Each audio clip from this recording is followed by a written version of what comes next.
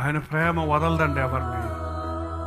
ఆయన ప్రేమ వదలలేదు. నువ్వు ఎంత గాలి వేసినా, నువ్వు ఎంత తిరగబడ్డా, నువ్వెంత లోకంలో కలిసిపోయినా, నువ్వెంత పాపంతో స్నేహం చేసినా, నువ్వెంతగా కృతజ్ఞత లేనివాడిగా మారిపోయినా, నువ్వు ఎంత దేవునికి దూరం అయిపోయినా, దేవుడు నిన్ను వదిలిపెట్టాడు.